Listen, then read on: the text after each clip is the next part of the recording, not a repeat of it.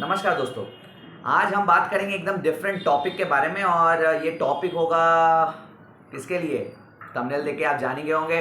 Kolkata Knight Riders, Ajinkya Rahane and Eden gardens के pitch curator के बारे में बहुत बड़ा कंट्रोवर्सी चल रहा है। सब पूरे मतलब मार्केट में पूरा कंट्रोवर्सी का एकदम भड़मार हुआ पड़ा हुआ है। इवन कल के प्रेस कॉन्फ्रेंस में भी रहाणे से क्वेश्चन दागा गया रिगार्डिंग द पिच। उन्होंने क्या कहा, सबके बारे में बात करेंगे। लेकिन वीडियो शुरू करने से पहले अगर आप चैनल पे नए आए हैं तो ऑफकोर्स लाइक कर दीजिएगा, शेयर कर दीजिएगा, नीचे सब्सक्राइब कर दीजिएगा, सब्सक्राइब कर दीजिएगा, भूलिएगा मत, सब्सक्राइब कर दीजिएगा।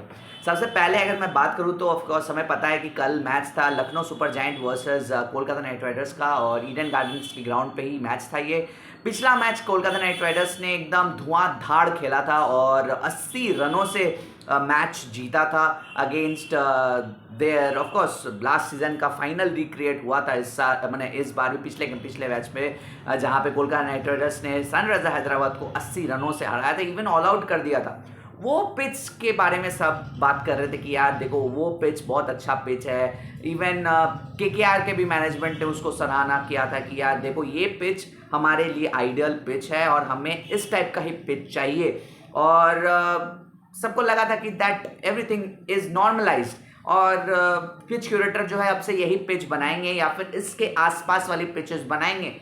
लेकिन फिर आया कल का match, that is KKR Kolkata Knight Riders versus Lucknow super giant. हमें पता है कि केकेआर ने टॉस जीतकर बल्लेबाजी नहीं चूज करने का फैसला, उन्होंने गेंदबाजी चूज करने का फैसला लिया। और उनको लगा था कि हम वैसा पिच लेने मैंने मिलेगा हमको वैसा पिच जहाँ पे ओपोनेंट को हम जल्दी आउट करके हम रन्स बना लेंगे। And KKR thrives on chasing, और केकेआर अच्छा करती है चेज। हमें पता है कि सारी टीम्स जो है रिगार्डिंग, अगर हम वो सीएसके पकड़ ले, आरसीबी पकड़ ले, मुंबई पकड़ ले, चाहे केकेआर कोई भी टीम पकड़ ले, सारी टीम चेज अच्छा करती है। सारी टीम चाहती है कि चेज करे जो भी हाई स्कोरिंग ग्राउंड है। तो केकेआर ने भी चूज किया बॉलिंग करने का फैसला, लेकिन सारा पासा उल्टा पलट गया और ऑफ कोर्स उल्टा पड़ भी गया केकेआर को। और 238 रन का टोटल दिया लखनऊ सुपर जायंट ने उस ईडन गार्डन्स के पिच पे, जहां पे बॉलिंग के लिए कुछ भी नहीं था। और जिस चीज के लिए केकेआर की मैनेजमेंट, अजिंक्य रहाणे, केकेआर के जो कोच चंद्रकांत पंडित, वो बार बार पिच क्यूरेटर जो कि हैं ऑफ कोर्स ईडन गार्डन्स के, उनसे बार बार मांग रहे हैं कि यार मुझे बॉलिंग पिच दो, मुझे बॉलिंग पिच दो, मुझे बॉलिंग पिच दो। इवन मतलब ये इतना बड़ा कंट्रोवर्सी बन चुका है कि ऑफ कोर्स हमें पता है कि इसके पहले भी बहुत सारा कंट्रोवर्सी हुआ था, लेकिन बीच में रुक गया था। क्योंकि उधर केकेआर ने सनराइजर हैदराबाद को हरा दिया था। लेकिन अब वापस से वो चीज शुरू हुआ है। और इस बार कल के प्रेस कॉन्फ्रेंस में जब केकेआर हार गई, अब मार्जिनल 4 रनों से हार गई, ऑफ कोर्स उस पर भी बात करेंगे कि क्यों हार गई वो मैच, उसके भी बारे में बात करेंगे। टीम मैनेजमेंट की भी गलती है वहां पे। और हमने देखा कि जब आपने टॉस जीता था, आपने पहला तो बॉलिंग चूज किया, उनको बैटिंग करने का फैसला लिया और आप मैच हार गए।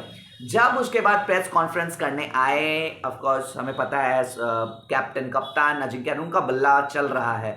माने he is actually trying his level best to give whatever he can to the Kolkata Knight Riders fans and his franchise. और कल भी उन्होंने अच्छी बल्लेबाजी की, 50 रन के ऊपर की बल्लेबाजी उन्होंने भी की। और एक क्रूशल टाइम पे विकेट गिरा था क्विंटन डिकॉक का, वहां से उन्होंने एकदम परिवर्तन किया और अराउंड 90 रन्स बना था 6 ओवर में, जहां पे आप चेस कर रहे हैं 238 रन का टोटल। और एक समय पे लग रहा था कि यार मैच पूरी पलट गई है, KKR will finish this game with 1 over left. लेकिन कुछ ऐसा हुआ कि मैच हार गई केकेआर, उसके बारे में बात करेंगे। लेकिन प्रेस कॉन्फ्रेंस में क्या हुआ, प्रेस कॉन्फ्रेंस करने आए अजिंक्य रहाणे, उनसे पूछा गया कि आपके पिच के बारे में आप क्या बोलोगे, आप बताओ पिच में ऐसा नहीं होना चाहिए था, वैसा नहीं होना चाहिए। तरह तरह के क्वेश्चंस आने लगे अजिंक्य रहाणे के पास। लेकिन अजिंक्य रहाणे स्ट्रेट फॉरवर्ड उन्होंने कहा कि देखिए भैया, हमें और इस पिच के बारे में मत बताइए। ऑलरेडी पिच क्यूरेटर बहुत फेमस हो चुके हैं, बहुत ही उनको हाइप मिल गया है और बहुत ट्रेंडिंग में जा चुके हैं वो। तो आप अब मैं कुछ नहीं बोलूंगा, अब जो होगा मैं आईपीएल में ही बोलूंगा पिच को रिगार्डिंग।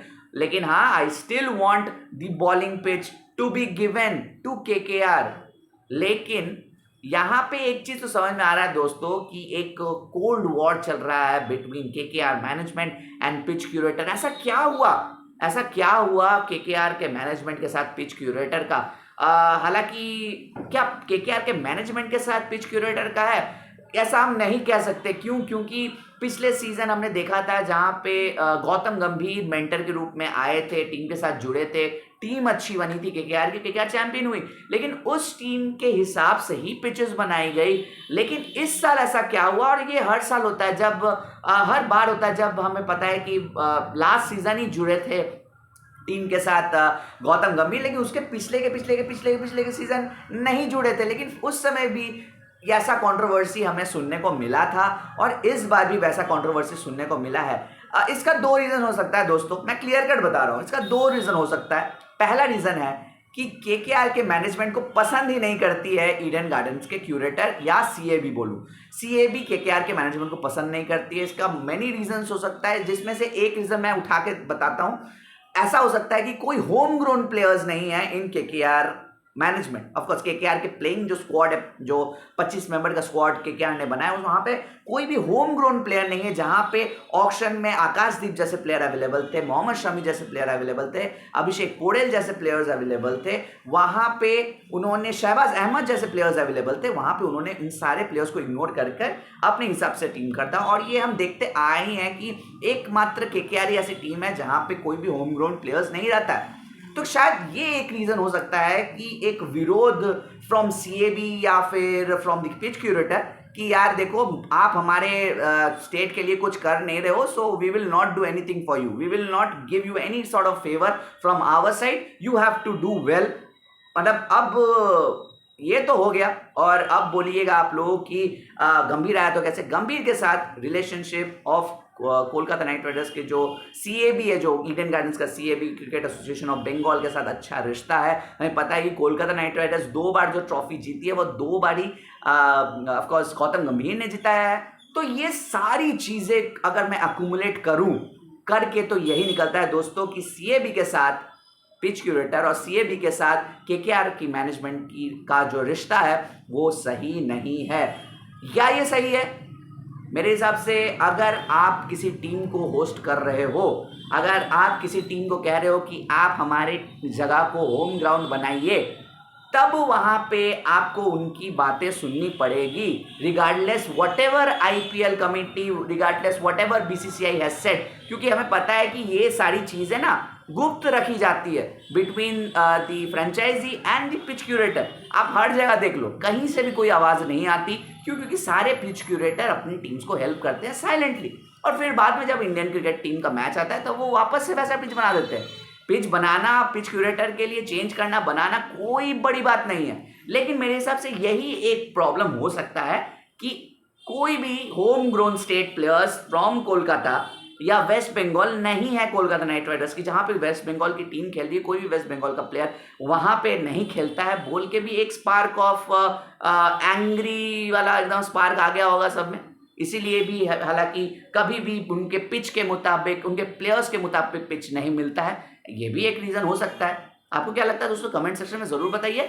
लेकिन हाँ, क्या ये सही है? मेरे हिसाब से जब आप किसी टीम को होस्ट कर रहे हो, जब आप किसी टीम को अपना होम ग्राउंड दे रहे हो कि आप मेरा होम ग्राउंड लीजिए, आप खेलिए, तो मेरे हिसाब से आपको रिगार्डलेस व्हाटएवर मतलब the reason you guys are angry with, मतलब उनको साइड रख के आपको पिच बनाना पड़ेगा बॉस। क्योंकि आपके स्टेट का ही टीम आपको रिप्रेजेंट कर रहा है, और आपके स्टेट का टीम अगर नहीं अच्छा खेल रहा है तो ऑफकोर्स आपके स्टेट का ही बदनामी हो रहा है। लेकिन पता नहीं दोस्तों क्या हो रहा है यहाँ पे। और ऑफकोर्स कल का जो मैच हारी केकेआर, इसमें बहुत सारी मैनेजमेंट की भी फ्लॉज थी यहाँ पे। जो कोचिंग स्टाफ्स बोलिए या फिर मेंटर बोलिए, ब्रावो, ऑफकोर्स कप्तान आउट होके अंदर गए थे तो कप्तान भी वहां पे मौजूद थे। मेरे हिसाब से रिंकू सिंह और रसल 7-8 आने लायक प्लेयर्स नहीं है, 8 नंबर 7 नंबर आने लायक प्लेयर्स नहीं है। जहां पे when you are chasing 239 run you are chasing, when you are chasing 239 run, वहां पे रिंकू सिंह और रसल को ऊपर आना बनता है ahead of Ramandeep Singh and Angkrish Raghuvanshi. वहां पे ठीक है, रघुवंशी एक अच्छे प्लेयर हैं, स्टैंड आउट प्लेयर हैं, लेकिन रघुवंशी की बैटिंग उस गेम के लिए नहीं थी, रघुवंशी की बैटिंग उस गेम के लिए नहीं थी। एंड एनी डे आप रिंकू सिंह को और ऑफ कोर्स रसल मसल को आप ऊपर ही भेजोगे। क्यों? क्योंकि आपको रन्स चाहिए। अगर वो दोनों उस मौके पे अगर ऊपर उतरते, अगर रिंकू सिंह का मैं पकड़ लूँ, रसल तो आउट हो गया, रसल का पता नहीं क्या चल रहा है, फॉर्म उनका पता नहीं, लेकिन रिंकू सिंह का मैं अगर पकड़ के चलूँ तो रिंकू सिंह अराउंड 2020 से अभी तक भी चेज़ में कोई भी गेंद नहीं खेले थे, कोई भी गेंद नहीं खेले थे, जस्ट इमेजिन। और पिछले साल तो उन्होंने बस 120 बॉल्स खेले थे, मतलब बड़े पूरा सीजन मिलके बस 20 ओवर की बैटिंग की थी उन्होंने। तो these things reflects the management's mentality towards the game awareness कि कब कहाँ क्या चाहिए। Chandrakant Pandit, with no offence Chandrakant Pandit के ऊपर मेरा कोई भी मतलब कोई हार्श ये नहीं है, लेकिन विद ड्यू रेस्पेक्ट वहाँ पे जहाँ पे आपका 4 विकेट गिर गया है, हमें दिखा कि 4 विकेट गिर चुका है, वहाँ पे Rinku Singh has to come up. 8 number Rinku Singh के लिए नहीं है। ये हमारे मतलब प्रीवियस मतलब former Indian and Kolkata Knight Riders captain of course Sourav Ganguly ने कहा, ये चीज़ हमारे फॉर्मर क्रिकेटर्स नवजोत सिंह सिद्धू ने कहा, सब ने कहा कि रिंकू सिंह का वो जगह है नहीं, आप लोग क्या कर रहे हो, रिंकू सिंह को ऊपर भेजो, रिंकू सिंह आपको मैच जिताएगा। देखिए कल उन्होंने क्या किया, उन्होंने बहुत कोशिश की, लेकिन फिर भी टीम के फ्लॉस की वजह से, मैनेजमेंट के फ्लॉस की वजह से, लैक ऑफ गेम अवेयरनेस की वजह से केकेआर कल मैच हार गई। और उसके बाद सारा इल्जाम पड़ गया पिच के ऊपर। पिच तो भाई मान रहे हैं, पिच पे ही मैच खेला जाता है, पिच इज इंपॉर्टेंट, लेकिन जब आपको पिच मिल चुका है, आपका पिच पे बैटिंग हो चुका है, 238 रन लग चुका है बोर्ड पे, 239 रन को चेस करना है, तब पिच मैटर नहीं करता, वहाँ पे आपका खेल मैटर करता है। और वहीं मेरे हिसाब से 4 रनों से जो केकेआर हारी है, वो सिर्फ और सिर्फ केकेआर के मैनेजमेंट, थिंक टैंक और जो कोर मेंबर्स हैं जो डिसाइड करते हैं कौन कहाँ उतरेगा, उन पे ये सारा इल्ज़ाम जाता है। ना ही मैनेजमेंट, ना ही ऑफ कोर्स ओनर्स, ना ही वेंकी माइसोर, किसी पे नहीं जाता है। ये सिर्फ और सिर्फ जो वहाँ पे थिंक टैंक बैठा हुआ था, जो डिसाइड कर रहा था कि इसके बाद इसको जाना है, इसके बाद इसको जाना है, सिर्फ और सिर्फ उन पे ही ये इल्ज़ाम जाता है, ना कि पिच के ऊपर। पिच तो भाई हर दिन चेंज होगा, हर दिन आपको तो सेम पिच मिलेगा नहीं। और जब रन ऑन द बोर्ड लग चुका था तब पिच का क्या है भाई, उसी पिच पे उन्होंने भी 238 रन बनाया, उस पिच पे आप भी 239 बना के जीतो, बना तो रहे थे ना, लेकिन ड्यू टू जब, अब क्या बोलूं यार, रिंकू सिंह को कम बॉल्स मिली, उन्होंने कम बॉल पे बहुत कोशिश की, 4 रनों से मैच हारा। थोड़ा सा और ऊपर उतरते तो शायद एक और पहले मैच जीत जाते। कल का मैच जीता हुआ मैच केकेआर हार गई, और लखनऊ सुपर जायंट अपना मतलब लगातार 2 मैच जीत कर सडनली लखनऊ सुपर जायंट का एक बूस्ट अप आ चुका है। और केकेआर थोड़ी सी पिछले साल की डिफेंडिंग चैंपियंस थोड़ी सी मतलब हिली हुई लग रही है दिस सीजन।